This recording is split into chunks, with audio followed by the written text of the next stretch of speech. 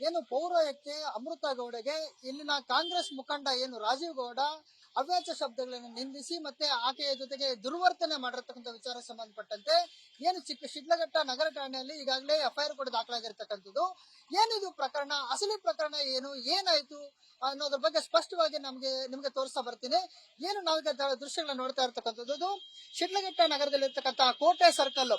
ಏನು ಈ ಕೋಟೆ ಸರ್ಕಲ್ ನಲ್ಲಿ ಈಗ ದೃಶ್ಯ ತೋರಿಸ್ತಾ ಇದೆ. ಇಲ್ಲಿ ಒಂದು ಏನು ರಾಜೀವ್ ಗೌಡ ಕಲ್ಟ್ ಸಿನಿಮಾಗೆ ಸಂಬಂಧಪಟ್ಟಂತೆ ಒಂದು ಬೃಹತ್ ಆದ ಒಂದು ಬ್ಯಾನರ್ ಅನ್ನ ಕಟ್ಟಲಾಗಿತ್ತು. ಈ ಒಂದು ಬ್ಯಾನರ್ ಅನ್ನ ಕಟ್ಟಿದ ಸಂದರ್ಭದಲ್ಲಿ ಆಪೋಸಿಟ್ ಬಂದಂತ ವೆಹಿಕಲ್ಸ್ ಬರೋದನ್ನ ಕಾಣಿಸ್ತಿರ್ಲಿಲ್ಲ. ಈ ಸಂದರ್ಭದಲ್ಲಿ ಏನು ವೆಹಿಕಲ್ ಬರೋದು ಕಾಣಿಸ್ತದೆ, ಒಂದು ಅಪಘಾತಗಳು ಕೂಡ ಸಣ್ಣ ಪುಟ್ಟ ಗಾಯಗಳು ಕೂಡ ಆಗ್ತದೆ. ತಕ್ಷಣ ಸಾರ್ವಜನಿಕರು ಏನು ನಗರಸಭೆ ಇರತಕ್ಕಂತ ಪೌರ ಕಾರ್ಮಿಕರು ಕೂಡ ಮಾಹಿತಿ ಕೊಡ್ತಾರೆ, ಮತ್ತೆ ಪೌರಾಯುಕ್ತರು ಕೂಡ ಮಾಹಿತಿ ಕೊಟ್ಟು ಈ ತರ ಅಪಘಾತಗಳಾಗ್ತಾ ಇದೆ, ಇದು ಬ್ಯಾನರ್ ಅನ್ನ ತೆರವುಗೊಳಿಸಬೇಕು ಅಂತ ಹೇಳ್ಬಿಟ್ಟು ಏನು ದೂರು ಕೊಡ್ತಾರೆ. ತಕ್ಷಣ ಕಾರ್ಯನಿರ್ವಾಹಕರಾದಂತ ಅಮೃತ ಗೌಡ ತನ್ನ ಸಿಬ್ಬಂದಿಗೆ ಹೇಳಿ ಇಲ್ಲಿರ್ತಕ್ಕಂಥ ಬ್ಯಾನರ್ ಅನ್ನ ತೆರವುಗೊಳಿಸಿ ನಂತರ ಅದನ್ನ ಏನು ನಗರಸಭೆಗೆ ತೆಗೆದುಕೊಂಡು ಹೋಗ್ತಾರೆ. ನಾವಿನ್ನೂ ದೃಶ್ಯಗಳನ್ನ ನೋಡಿಸ್ತಾ ಇರ್ತಕ್ಕಂಥ ಇನ್ನು ಎಡ ಭಾಗದಲ್ಲಿ ನೋಡಿಸ್ತೀವಿ. ಈಗ ಚಿಕ್ಕಬಳ್ಳಾಪುರ ಜಿಲ್ಲೆ ಶಿಡ್ಲಘಟ್ಟ ನಗರದಲ್ಲಿ ಏನು ಪೌರಾಯುಕ್ತೆ ಅಮೃತ ಗೌಡಗೆ ಇಲ್ಲಿನ ಕಾಂಗ್ರೆಸ್ ಮುಖಂಡ ಏನು ರಾಜೀವ್ ಗೌಡ ಅವ್ಯಾಚ ಶಬ್ದಗಳನ್ನು ನಿಂದಿಸಿ ಮತ್ತೆ ಆಕೆಯ ಜೊತೆಗೆ ದುರ್ವರ್ತನೆ ಮಾಡಿರ್ತಕ್ಕಂಥ ವಿಚಾರ ಸಂಬಂಧಪಟ್ಟಂತೆ ಏನು ಶಿಡ್ಲಘಟ್ಟ ನಗರ ಠಾಣೆಯಲ್ಲಿ ಈಗಾಗಲೇ ಎಫ್ಐಆರ್ ಕೂಡ ದಾಖಲಾಗಿರ್ತಕ್ಕಂಥದ್ದು. ಏನಿದು ಪ್ರಕರಣ, ಅಸಲಿ ಪ್ರಕರಣ ಏನು, ಏನಾಯ್ತು ಅನ್ನೋದ್ರ ಬಗ್ಗೆ ಸ್ಪಷ್ಟವಾಗಿ ನಿಮ್ಗೆ ತೋರಿಸ್ತಾ ಬರ್ತೀನಿ. ಏನು ನಾವೀಗ ದೃಶ್ಯಗಳನ್ನ ನೋಡ್ತಾ ಇರ್ತಕ್ಕಂಥದ್ದು ಶಿಡ್ಲಘಟ್ಟ ನಗರದಲ್ಲಿರ್ತಕ್ಕಂಥ ಕೋಟೆ ಸರ್ಕಲ್. ಏನು ಈ ಕೋಟೆ ಸರ್ಕಲ್ ನಲ್ಲಿ ಈಗ ದೃಶ್ಯ ತೋರಿಸ್ತಾ ಇದೆ. ಇಲ್ಲಿ ಒಂದು ಏನು ರಾಜೀವ್ ಗೌಡ ಕಲ್ಟ್ ಸಿನಿಮಾಗೆ ಸಂಬಂಧಪಟ್ಟಂತೆ ಒಂದು ಬೃಹತ್ ಆದ ಒಂದು ಬ್ಯಾನರ್ ಅನ್ನ ಕಟ್ಟಲಾಗಿತ್ತು. ಈ ಒಂದು ಬ್ಯಾನರ್ ಅನ್ನ ಕಟ್ಟಿದ ಸಂದರ್ಭದಲ್ಲಿ ಆಪೋಸಿಟ್ ಬಂದಂತ ವೆಹಿಕಲ್ಸ್ ಬರೋದನ್ನ ಕಾಣಿಸ್ತಿರ್ಲಿಲ್ಲ. ಈ ಸಂದರ್ಭದಲ್ಲಿ ಏನು ವೆಹಿಕಲ್ ಬರೋದು ಕಾಣಿಸ್ತದೆ, ಒಂದು ಅಪಘಾತಗಳು ಕೂಡ ಸಣ್ಣ ಪುಟ್ಟ ಗಾಯಗಳು ಕೂಡ ಆಗ್ತದೆ. ತಕ್ಷಣ ಸಾರ್ವಜನಿಕರು ಏನು ನಗರಸಭೆ ಇರತಕ್ಕಂತ ಪೌರ ಕಾರ್ಮಿಕರು ಕೂಡ ಮಾಹಿತಿ ಕೊಡ್ತಾರೆ, ಮತ್ತೆ ಪೌರಾಯುಕ್ತರು ಕೂಡ ಮಾಹಿತಿ ಕೊಟ್ಟು ಈ ತರ ಅಪಘಾತಗಳಾಗ್ತಾ ಇದೆ, ಇದು ಬ್ಯಾನರ್ ಅನ್ನ ತೆರವುಗೊಳಿಸಬೇಕು ಅಂತ ಹೇಳ್ಬಿಟ್ಟು ಏನು ದೂರು ಕೊಡ್ತಾರೆ. ತಕ್ಷಣ ಕಾರ್ಯನಿರ್ವಾಹಕರಾದಂತ ಅಮೃತ ಗೌಡ ತನ್ನ ಸಿಬ್ಬಂದಿಗೆ ಹೇಳಿ ಇಲ್ಲಿರ್ತಕ್ಕಂಥ ಬ್ಯಾನರ್ ಅನ್ನ ತೆರವುಗೊಳಿಸಿ ನಂತರ ಅದನ್ನ ಏನು ನಗರಸಭೆಗೆ ತೆಗೆದುಕೊಂಡು ಹೋಗ್ತಾರೆ. ನಾವಿನ್ನೂ ದೃಶ್ಯಗಳನ್ನ ನೋಡಿಸ್ತಾ ಇರ್ತಕ್ಕಂಥ ಇನ್ನು ಎಡ ಭಾಗದಲ್ಲಿ ನೋಡಿಸ್ತೀವಿ. ಈಗ ಏನು ಸಿನಿಮಾ ಪ್ರಮೋಷನ್ ಸಂಬಂಧಪಟ್ಟಂತೆ ಬ್ಯಾನರ್ ಈಗಲೂ ಕೂಡ ನಮಗೆ ಕಾಣಿಸ್ತಾ ಇರತಕ್ಕಂಥದ್ದು. ಇನ್ನು ಕಲ್ಟ್ ಸಿನಿಮಾ ಸಂಬಂಧಪಟ್ಟಂತೆ ಜುನೈದ್ ಖಾನ್ ಹೀರೋ ಸಂಬಂಧಪಟ್ಟಂತ ಒಂದು ಪ್ರಮೋಷನಲ್ ಒಂದು ಈವೆಂಟ್ ಪ್ರೋಗ್ರಾಮ್ಗೆ ಇಲ್ಲಿ ಒಂದು ಕಟ್ಔಟ್ ಕೂಡ ಹಾಕಿರ್ತಕ್ಕಂಥ ದೃಶ್ಯಗಳನ್ನ ನೋಡ್ತಾ ಇದ್ದೀವಿ. ಇದೇ ತರ ಕಟ್ಔಟ್ ಈ ಒಂದು ಸರ್ಕಲ್ ಅಲ್ಲಿ ಹಾಕಿದ್ರು. ನಂತರ ಇವು ತೆರವುಗೊಳಿಸಿದ ನಂತರ ಏನು ಪೌರಾಯುಕ್ತ ಕೂಡ ಸಾಕಷ್ಟು ಕೂಡ ಮನವಿ ಮಾಡ್ತಾರೆ. ಈ ಸಂದರ್ಭದಲ್ಲಿ ಯಾವುದೇ ಕಾರಣಕ್ಕೂ ಹೇಳ್ತಾ ಇರ್ತಕ್ಕಂಥ ಏನಂತಂದ್ರೆ ಏನು ಸರ್, ಯಾವುದೇ ಕಾರಣಕ್ಕೂ ಸಾರ್ವಜನಿಕರು ತುಂಬಾ ತೊಂದರೆ ಆಗ್ತದೆ, ಅದೇ ಕಾರಣಕ್ಕೆ ನಾವೀಗ ತೆರವುಗೊಳಿಸಿದ್ವಿ ಅನ್ನೋದು ಕೂಡ ಮನವಿ ಮಾಡ್ಕೊಂತಾರೆ. ಆ ಸಂದರ್ಭದಲ್ಲಿ ಏನು ರಾಜೀವ್ ಗೌಡ ಆಕೆ ಮಾತುಗಳನ್ನು ಕೂಡ ಕೇಳಿದೆ. ಏನು ಬೇಕಾಬಿಟ್ಟಿ ಒಂದು ಬೇಜವಾಬ್ದಾರಿಯಾಗಿ ಕೆಟ್ಟ ಪದಗಳನ್ನು ಬಳಸಿ ಆಕೆಯೊಂದಿಗೆ ದುರ್ವರ್ತನೆ ಕೂಡ ಮಾಡಿರತಕ್ಕಂಥದ್ದು. ಈ ನಿಟ್ಟಿನಲ್ಲಿ ಶಿಡ್ಲಘಟ್ಟ ನಗರದಲ್ಲಿರ್ಬೋದು, ಬಿಜೆಪಿ ಕಾರ್ಯಕರ್ತರಿರ್ಬೋದು ಅಥವಾ ಜೆಡಿಎಸ್ ಕಾರ್ಯಕರ್ತರು ಸಾಕಷ್ಟು ಜನ ಆಕ್ರೋಶ ವ್ಯಕ್ತಪಡಿಸಿರ್ತಕ್ಕಂಥದ್ದು. ಅದೇ ರೀತಿ ಪೌರ ಕಾರ್ಮಿಕರು ಕೂಡ ದಿನ ನಗರಸಭೆ ಮುಂದೆ ಧರಣಿ ನಡೆಸಿ ಕೂಡ ಸಾಕಷ್ಟು ಆಕ್ರೋಶ ಕೂಡ ವ್ಯಕ್ತಪಡಿಸಿದ್ರು. ನಂತರ ನಗರ ಠಾಣೆಯಲ್ಲಿ ಈಗ ಎಫ್ಐಆರ್ ಕೂಡ ದಾಖಲಾಗಿರ್ತಕ್ಕಂಥದ್ದು. ಈಗ ಇದಕ್ಕೆ ಸಂಬಂಧಪಟ್ಟಂತೆ ಸ್ಥಳೀಯರು ಕೂಡ ಏನ್ ಹೇಳ್ತಾರೆ ಅನ್ನೋದ್ರ ಬಗ್ಗೆ ನಾವೀಗ ಇನ್ನಷ್ಟು ಜನ ಪ್ರಯತ್ನ ಮಾಡ್ತಾ ಇರ್ತಕ್ಕಂಥದ್ದು. ಏನೀಗ ನಮ್ಮ ಸ್ಥಳೀಯರು ಅಂತಕ್ಕಂತಹ ಹಿರಿಯ ಪತ್ರಕರ್ತರಾಗಿರ್ತಕ್ಕಂಥ ರೂಪ್ಸಿ ರಮೇಶ್ ಅವರು ಇದ್ದಾರೆ. ಅವರು ಈಗ ಸ್ಥಳೀಯವಾಗಿರ್ತಕ್ಕಂತಹ ಅವರು ಎಲ್ಲ ಆಗು ಹೋಗುಗಳ ಬಗ್ಗೆ ಸ್ಥಳೀಯ ಶಿಡ್ಲಘಟ್ಟ ಸಂಬಂಧಪಟ್ಟಂತೆ ಯಾವ ರೀತಿ ಸಂಪೂರ್ಣ ಮಾಹಿತಿ ಅವರು ಸರ್. ಇದು ಒಬ್ಬ ಚಲನಚಿತ್ರದ ಪ್ರಚಾರಕ್ಕೆ ಅಂತ ಹೇಳ್ಬಿಟ್ಟು ಹೇಳಿ ಶಿಡ್ಲಘಟ್ಟಕ್ಕೆ ಬಂದಾಗ ಸಹಜವಾಗಿ ಈ ಬ್ಯಾನರ್ಗಳನ್ನ ಅಲ್ಲಲ್ಲಿ ಕಟ್ಟು ಜನಗಳನ್ನ ಸೇರಿಸೋದಕ್ಕೆ ಅವ್ರ ಪ್ರಚಾರ ಪಡೆಯೋದಕ್ಕೆ ಒಂದು ದುರುಪಯೋಗ ಮಾಡ್ಕೊತಾರೆ. ಈ ರೀತಿ ಆಗುವಾಗ ಕಳೆದ 3 ದಿನಗಳ ಹಿಂದೆ ಶಿಡ್ಲಘಟ್ಟದಲ್ಲಿ ಸಚಿವರೊಬ್ಬರ ಪುತ್ರ ಇಲ್ಲಿ ಚಲನಚಿತ್ರದ ಈವೆಂಟ್ ಬಿಡುಗಡೆ ಮಾಡಕ್ ಬಂದಾಗ ಅದರ ಪ್ರಚಾರಕ್ಕಾಗಿ ಶಿಡ್ಲಘಟ್ಟದ ಈ ಕೋಟೆ ಸರ್ಕಲ್ ನಲ್ಲಿ ದೊಡ್ಡ ಬ್ಯಾನರ್ ಹಾಕಿರ್ತಾರೆ. ನೀವು ಗಮನಿಸಬಹುದು, 1 ನಿಮಿಷಕ್ಕೆ 20 ರಿಂದ 30 ವೆಹಿಕಲ್ಸ್ ಇಲ್ಲಿ ಪಾಸ್ ಆಗ್ತದೆ, ಬರೋದು ಹೋಗೋದು. ಶಿಡ್ಲಘಟ್ಟದ ಕೇಂದ್ರ ಬಿಂದು ಇದು. ಬಸ್ ಸ್ಟ್ಯಾಂಡ್ ಹತ್ರ ಇರೋದ್ರಿಂದ ವೆಹಿಕಲ್ ಜಾಸ್ತಿ ಬರ್ತದೆ. ಆವತ್ತಿನ ದಿನ ಏನಾಯ್ತು, ಈ ಸರ್ಕಲ್ನ ಮಧ್ಯಭಾಗದಲ್ಲಿ ಹೈಮಾಸ್ ಲೈಟ್ ಇದೆ. ಆ ಲೈಟ್ ಪಕ್ಕದಲ್ಲಿ ಒಂದು ದೊಡ್ಡ ಬ್ಯಾನರ್ ಇಟ್ಟಿದ್ರು. ಆ ಬ್ಯಾನರ್ ಯಾವ ರೀತಿ ಇತ್ತಪ್ಪ ಅಂತಂದ್ರೆ, ಯಾರಾದ್ರೂ ಆ ವೃತ್ತನ ಟರ್ನ್ ಮಾಡುವಾಗ ತಗಲ್ತಾ ಇತ್ತು. ಆ ತರ ತಗಲಿ ಮುಖಕ್ಕೆ ಬಡ್ದು ಇಬ್ಬರು ಕೆಳಗೆ ಬಿದ್ರು. ಆ ಬಿದ್ದವರು ಹೋಗಿ ನಗರಸಭೆಯಲ್ಲಿ ಕಂಪ್ಲೇಂಟ್ ಮಾಡಿ, ನಗರಸಭೆಯ ಒಂದು ಕಮಿಷನರ್ ಯಾರಿದ್ರು ಅಮ್ಮ ಹತ್ರ ಕಂಪ್ಲೇಂಟ್ ಮಾಡಿ, ಈ ತರ ನಾವು ಬಿದ್ದೋಗ್ತಾ ಇದ್ದೀವಿ, ನಮ್ಗೆ ಗಾಯಗಳಾಗಿದ್ದಾವೆ, ಯಾರು ಕಟ್ಕೊಡ್ತಾರೆ, ನಿಮಗೆ ನೀವು ನಿಮ್ಮ ಮೇಲೆ ನಾವು ಕಂಪ್ಲೇಂಟ್ ಮಾಡ್ತೀವಿ ಅಂತ ಜೋರು ಮಾಡಿದಾಗ ಅದು ಕೆಳಗೆ ಬಿದ್ದೋಯ್ತು. ಗಾಡಿ ತಗಲಿಗೆ ಕೆಳಗೆ ಬಿದ್ದೋದಾಗ ಅದನ್ನ ತೆಗೆಸಿ ನಗರಸಭೆಯ ಮೇಲ್ಭಾಗದಲ್ಲಿ ಅದನ್ನ ಸೇಫ್ ಆಗಿ ಅವತ್ತು ಇರಿಸಿದ್ದು. ಇದು ವಾಸ್ತವಾಂಶ. ಇಷ್ಟು ಮಾತ್ರಕ್ಕೆ ಅವ್ರ ಕಾನೂನು ಕ್ರಮ ತಗೊಳ್ಳೋದಕ್ಕಾಗಿ ಹೊಲಸು ಮಾತುಗಳು ಮಾತನಾಡಿ ಅವ್ರ ಮೇಲೆ ಇಲ್ಲ ಸಲ್ಲದ ಆರೋಪ. ಯಾರು ಸರ್ ಹೊಲಸು ಮಾತಾಡಿದ್ದ? ಕಾಂಗ್ರೆಸ್ ಪಕ್ಷದ ಅಭ್ಯರ್ಥಿ ಅಂತ ಹೇಳ್ಬಿಟ್ಟಿರಿ ರಾಜೀವ್ ಗೌಡ ಅನ್ನೋರು ಈ ರೀತಿ ಹಲ್ಲೆ ಮಾಡಿದ್ದಾರೆ. ಅವರು ನಮ್ಮ ಸ್ಥಳೀಯರು ಕೂಡ ಅಲ್ಲ, ಅವರು ಹೊರಗಡೆಯಿಂದ ಹೊಸಕೋಟೆ ತಾಲೂಕಿನಿಂದ ಇಲ್ಲಿಗೆ ಬಂದು ಈ ತರ ಮಾಡಿದ್ದಾರೆ. ಇವರಿಗೆ ಈ ರೀತಿ ಯಾವುದೇ ಪಕ್ಷ ಆಗಲಿ ನಮ್ಗೆ ಬೇಕಾಗಿಲ್ಲ. ಆದ್ರೆ ಈ ರೀತಿ ಒಬ್ಬ ಪಕ್ಷದ ಮುಖಂಡರು ಸಾರ್ವಜನಿಕವಾಗಿ ಈ ತರ ಮೊಬೈಲ್ಗಳಲ್ಲಿ ಬೆದರಿಕೆ ಹಾಕೋದು, ಪ್ರಾಣ ಬೆದರಿಕೆ ಹಾಕೋದು, ಮಾನವ ಬೆದರಿಕೆ ಹಾಕೋದು ಮಾಡೋದು ಅದು ಸಭ್ಯತೆ ಅಲ್ಲ, ಊರಿನ ಘನತೆಯೂ ಅಲ್ಲ. ಇದರಿಂದ ಅವರ ಪಕ್ಷಕ್ಕೂ ಧಕ್ಕೆ ಆಗೋದಲ್ಲದೆ ನಮ್ಮ ಊರಿಗೂ ಧಕ್ಕೆ ಆಗುತ್ತೆ. ಸ್ಥಳೀಯರು ಯಾರು ಇದರಲ್ಲಿ ಹೆಚ್ಚಾಗಿ ಒಂದು ಗಮನ ಹರಿಸಿಲ್ಲ. ಈಗ ಆಕೆ ಮಹಿಳಾ ಅಧಿಕಾರಿಯನ್ನು ನೋಡಿದೆ ಈ ರೀತಿ ಕೆಟ್ಟ ಪದಗಳನ್ನು ಬಳಸಿ ಇವರು ಏನ್ ಹೇಳ್ಬೇಕು ಸರ್ ಇವ್ರಿಗೆ? ಇದು ಅಮೃತ ಗೌಡ ಅವರ ಒಬ್ಬರು ವಿಚಾರ ಅಲ್ಲ, ಇಡೀ ಮಹಿಳಾ ಸಮುದಾಯದ ವಿಚಾರ ಆಗುತ್ತೆ. ಸಭ್ಯರಾದಂತಹ ಕೆಎಎಸ್ ಅಧಿಕಾರಿಯಾದಂತಹ ಈ ರೀತಿ ಮಹಿಳೆ ಮೇಲೆ ಅವ್ಯಾಖ್ಯ ಶಬ್ದಗಳಿಂದ ಬೈದಿರೋದು ಇದು ನಮ್ಮ ಸಂಸ್ಕೃತಿನೂ ಅಲ್ಲ. ಮಹಿಳೆಯರ ಬಗ್ಗೆ ಅದು ಅಧಿಕಾರಿ ಆಗಿರಲಿ, ಸಾಮಾನ್ಯ ಮಹಿಳೆ ಆಗಿರಲಿ, ಒಬ್ಬ ಪೌರ ಕಾರ್ಮಿಕರೇ ಆಗಿರಲಿ, ಈ ರೀತಿ ಮಹಿಳೆಯರ ಬಗ್ಗೆ ಮಾತನಾಡೋದು, ಈ ಭಾಷೆ ಉಪಯೋಗಿಸೋದು ಸಭ್ಯತೆ ಅಲ್ಲ ಅಂತ ಹೇಳಿ ನಾನು ಹೇಳ್ತೀನಿ. ಇವ್ರ ಮೇಲೆ ಏನ್ ಕ್ರಮ ಕೈಗೊಳ್ಬೇಕು ಅಂತ ಆಗ್ರಹಿಸ್ತಾರೆ.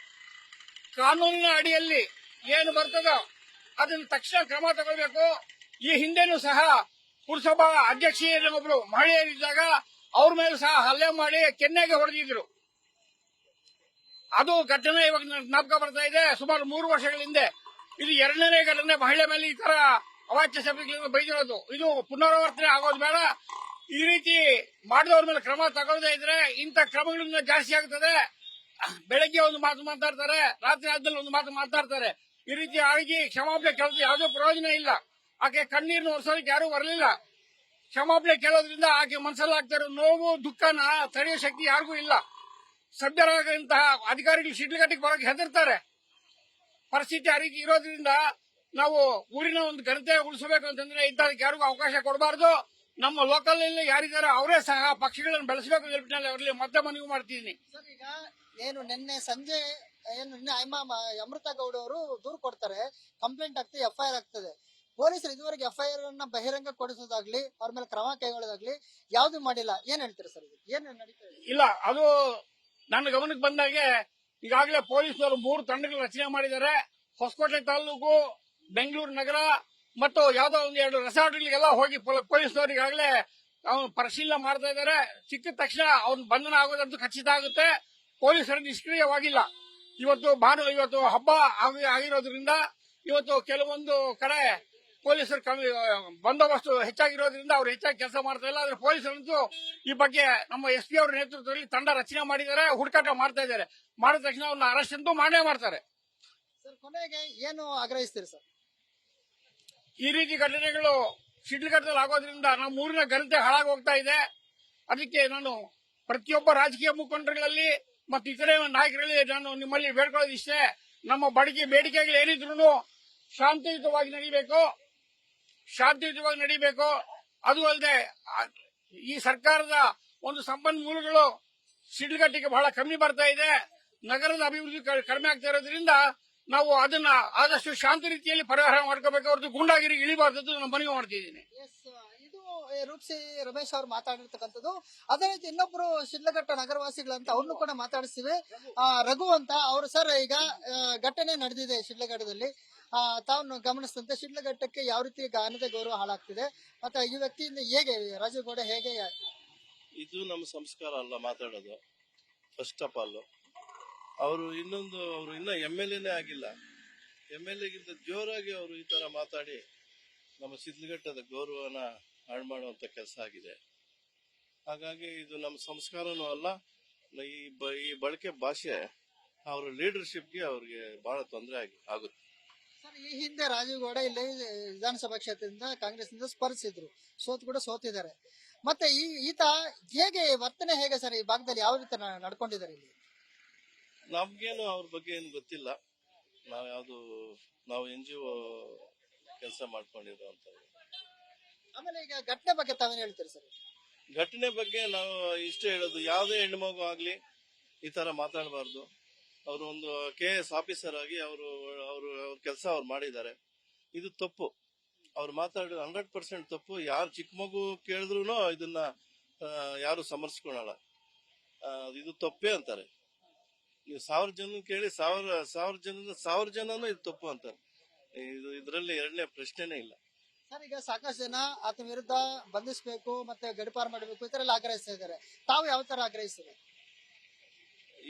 4 ಜನ ಏನ್ ಹೇಳಿದ್ರೆ ಅದೇ ಅಲ್ವಾ ನಾವು. DK ಶಿವಕುಮಾರ್ ಅವರು ಹೇಳಿದಾರಂತೆ, ಕಾನೂನು ಪ್ರಕಾರ ಏನು ಕ್ರಮ ಕೈಗೊಳ್ಳಿ ಅಂತ DK ಶಿವಕುಮಾರ್ ಅವರು ಹೇಳಿದ್ದಾರೆ, ಕುಮಾರಸ್ವಾಮಿಗಳು ಹೇಳಿದ್ದಾರೆ, ಎಲ್ಲ ಲೀಡರ್ಗಳು ಹೇಳ್ಬಿಟ್ಟಿದ್ದಾರೆ. ಅದ್ರ ಮೇಲೆ ಆಗ್ಲಿ, ಒಳ್ಳೇದೇ. ಒಳ್ಳೆಯವ್ರು ಬೇಕು.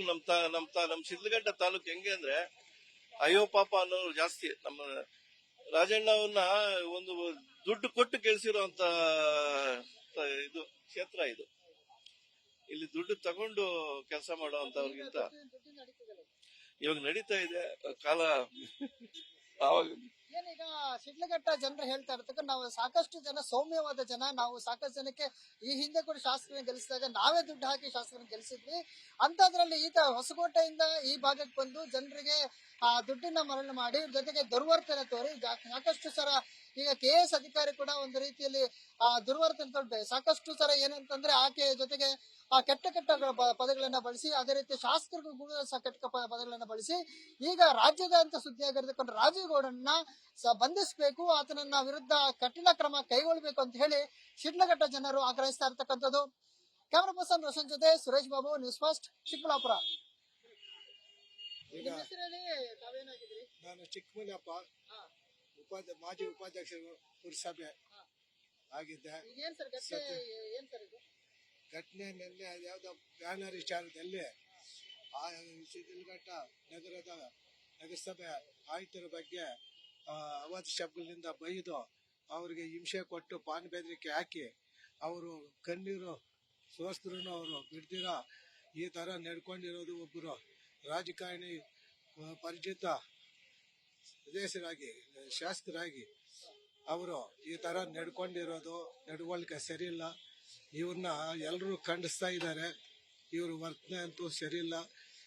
ಇವರು ಈ ತಾಲೂಕಿಗೆ ಅರ್ಹರೇ ಅಲ್ಲ. ಇಂತ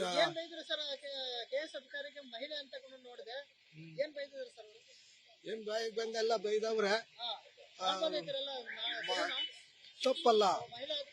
ಒಬ್ಬ ಮಹಿಳಾ ಇದುವರೆಗೂ ಶಿಡ್ಲಘಟ್ಟ ನಗರ ಪುರಸಭೆಯಿಂದ ನಗರಸಭೆವರೆಗೂ ನಾನು ಆಯ್ಕೆ ಆಗಿದ್ದೇನೆ. ಈ ತರ ಯಾರು ಅಧಿಕಾರಿಗಳ ಮೇಲೆ ನಡ್ಕೊಂಡಿಲ್ಲ. ಈ ತರ ವರ್ತನೆ ಅಂತೂ ಸರಿಯಿಲ್ಲ. ಇದ್ರಿಗೆ ಇಡೀ ಎಲ್ಲ ಖಂಡಿಸ್ತಾ ಇದ್ದಾರೆ. ಇವರು ವರ್ತನೆ ಹೌದು ಖಂಡಿಸೋದೆ. ಯಾರು ತಪ್ಪಾದ್ರೆ ಅವ್ರ ಮೇಲೆ ಅವ್ರಿಗೆ ಕ್ರಮ ಏನು, ಅವ್ರಿಗೆ ಶಿಕ್ಷೆ ಆಗ್ಬೇಕು. ಇದು ಎಲ್ಲರೂ ಇದನ್ನೇ ಭಾವಿಸ್ತಾ ಇದ್ದಾರೆ ಅಂತೇಳಿ ನಾನು